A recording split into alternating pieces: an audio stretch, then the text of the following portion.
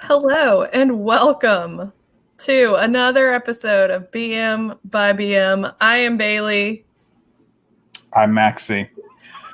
This is lucky episode 13, in which Yes. we discuss the movie, the original Blade Runner.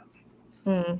For those of you who are super fans of sci-fi, you will of course know that Blade Runner it is based on the story "Do Androids Dream of Electric Sheep" by Philip K. Dick. So, anyway, Blade Runner is our topic tonight. Give us a synopsis, Bailey. Well, it's Philip K. Dick week because we're also doing Man in the High Castle on Friday. So Blade Runner, there is no one running with scissors in the film, actually. Correct.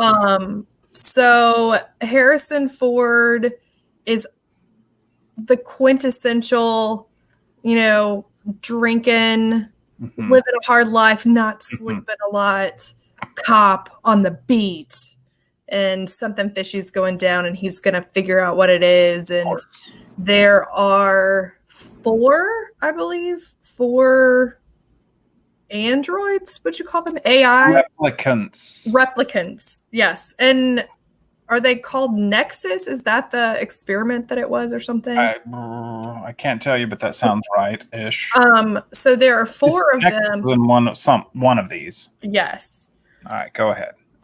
So they have gone on the loose and they're replicants, but they're robots in disguise.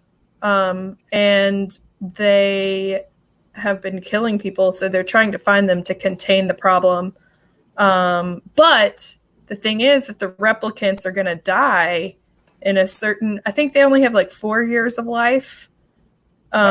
So Harrison Ford is trying to find them before they cause more damage. And that is the plot of the film. There you go. Mm-hmm. So humanity is threatened by the possibility of being replaced by replicants, and so the idea is, I think, humans are capable of emotion or respond emotionally in a certain way, and the replicants cannot. So, of course, go ahead.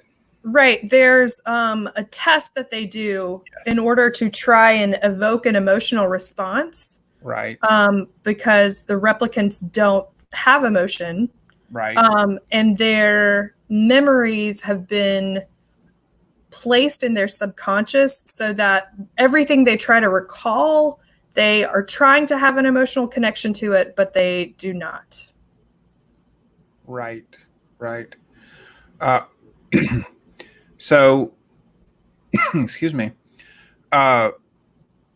Some thoughts. Of course, I am very interested in any treatment of the effect of technology on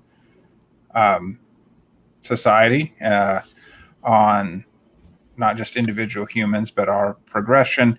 One of the other shows that we're going to review coming up, well, several of them, but Westworld is one that we're going to be reviewing later, and it also treats this idea of what happens when we make machines that are so very like us that it is very, very difficult to tell a machine from a human.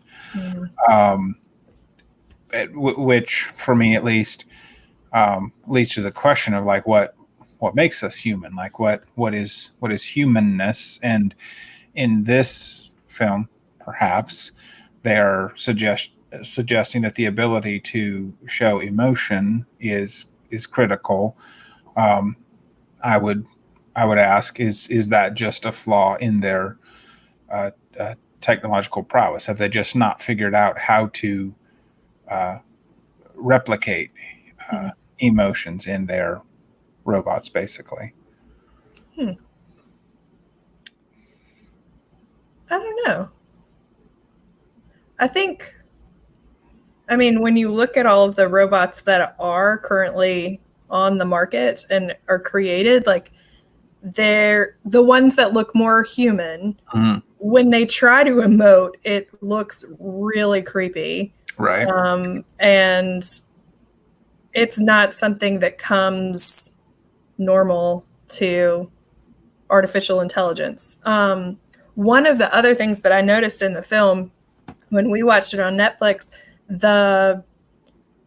when they're looking at a replicant, they do this emotional test, ask them all these questions, but they also have a camera on the eye. Mm-hmm. In the film, you can see anyone who's a replicant basically has like a red eye if you look straight at them. So I found that very interesting, and I picked up on it pretty quickly, but I think you would have to be looking for that in order to see it. Is this like the Eye of Mordor, or what do you make of that?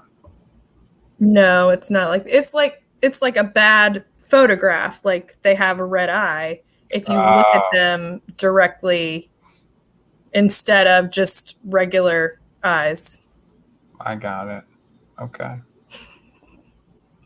So another issue in this film seems to be the treatment of the effect of the advance of technology on the environment. Yes.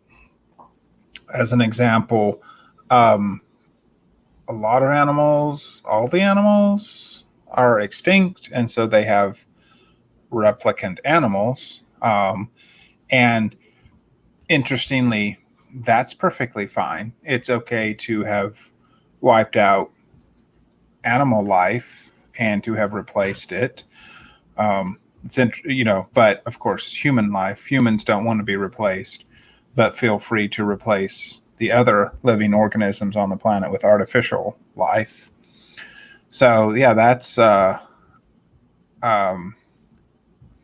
was an interesting part of this too. Like perhaps the cost of the advancement of technology is in ways that wouldn't perhaps like why would getting more advanced technologically lead to or have something to do with the accelerating extinction of animal life? That's an interesting part of this for me. And there's also talk of another place where people are shipped off to. Off-world, right? I think so. Yes. So go on, talk about that. Well, they never show what it looks like, but they just talk about like basically why are you staying here instead of going somewhere else where you could start over.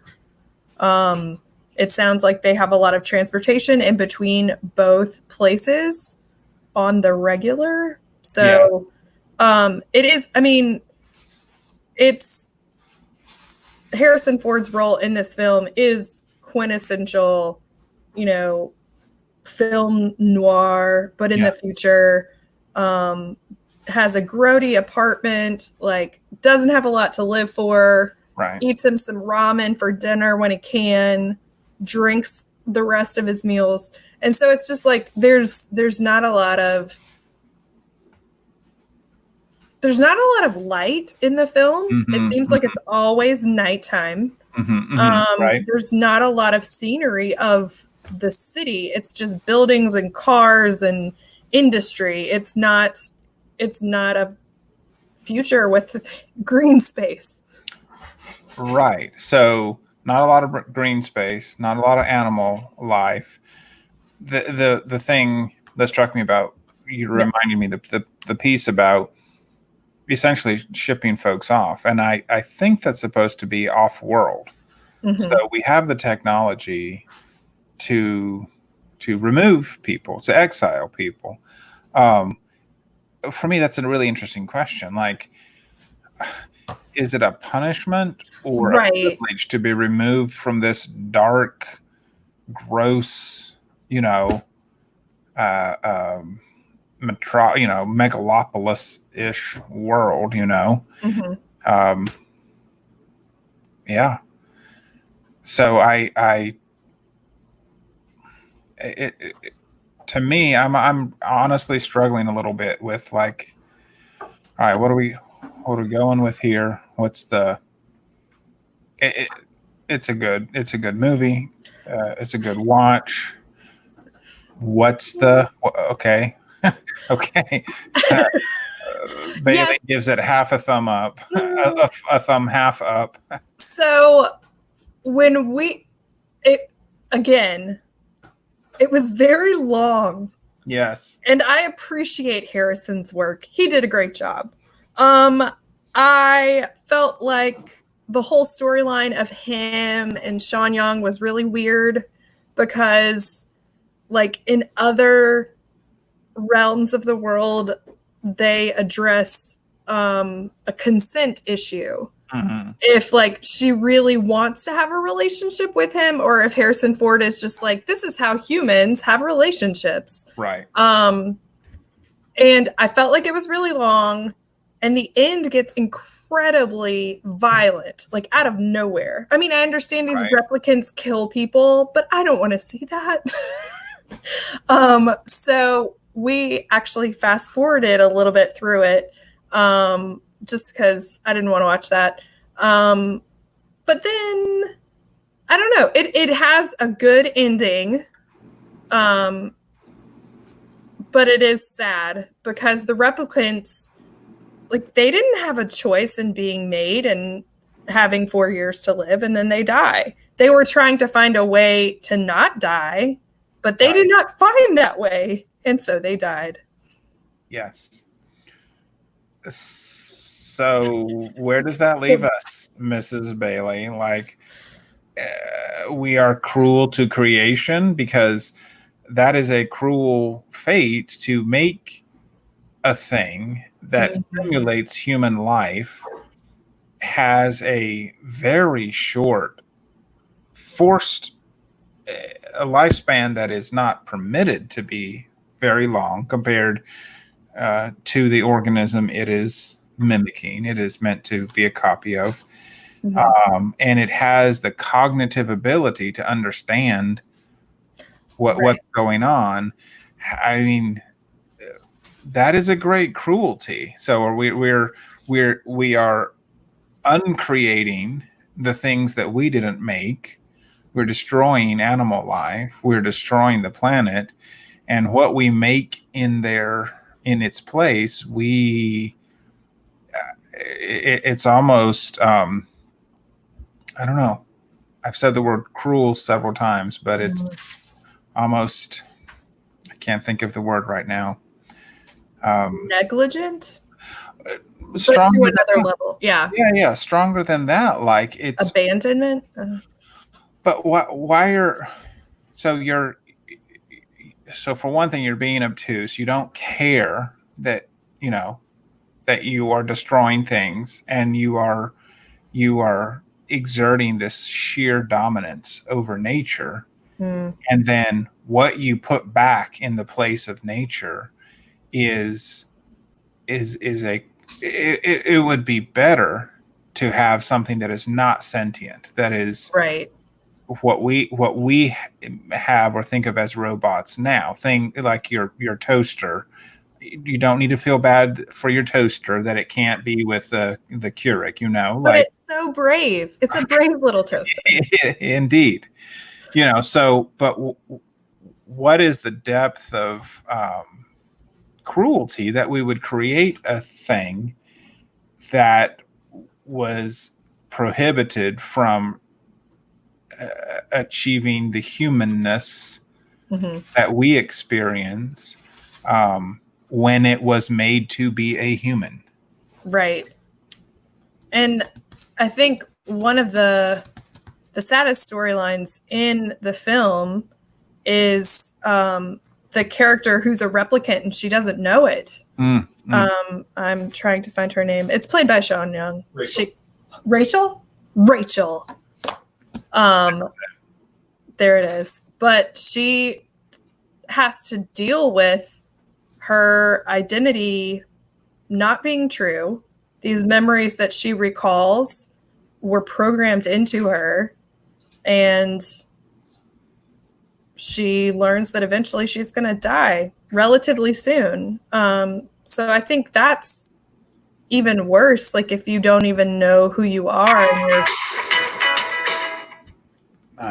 Sorry about that. dealing with your identity. There it is. I think I was looking for something like barbaric. Cool new ringtone. Yeah. No, I was looking. I was on a thesaurus, and here was an ad. No, so yeah, it's barbaric to do that. So, hey, future selves, don't be like that. Let the nature live. And all right. It feels to me like this is a quintessential 13th episode, a 13th anything. We're here. We are about finished with it. Yes. And then we will be done with the 13th episode. Tell the people what's coming up on Friday, Mrs. Bay. Friday is The Man in the High Castle, and I will be speaking to the book. Yes. I think I've seen a couple episodes of this show, but I have read the book. So excellent, very good. And a little bit of a teaser for the folks. We have worked our way through the majority of the shows we lined up first. Mm-hmm. Got another 9 on tap after that, which will carry us through end of summer, right? Maybe a little more, depending on how you mark summer, dear listener. And then some serialized shows, we think. So anyway, and let's announce the big prize for the people who interact with us. We're announcing tonight that we will begin giving prizes to people who watch the show live, interact with us. Of course, the prize is we will answer your questions. Yes. So you just let your friends know the third caller in or typer in. All of them. We'll answer all of them. So yes, make time on Friday evening to join us as we discuss The Man in the High Tower, and be nice to your pets. Yes, and plants. And the plants. Apologies to the one of you who was really, really waiting for us to launch at 8. I was being nice to plants outside and was a few minutes late. So thanks for joining us anyway. Yes. Have a lovely evening. Enjoy the planet that we have.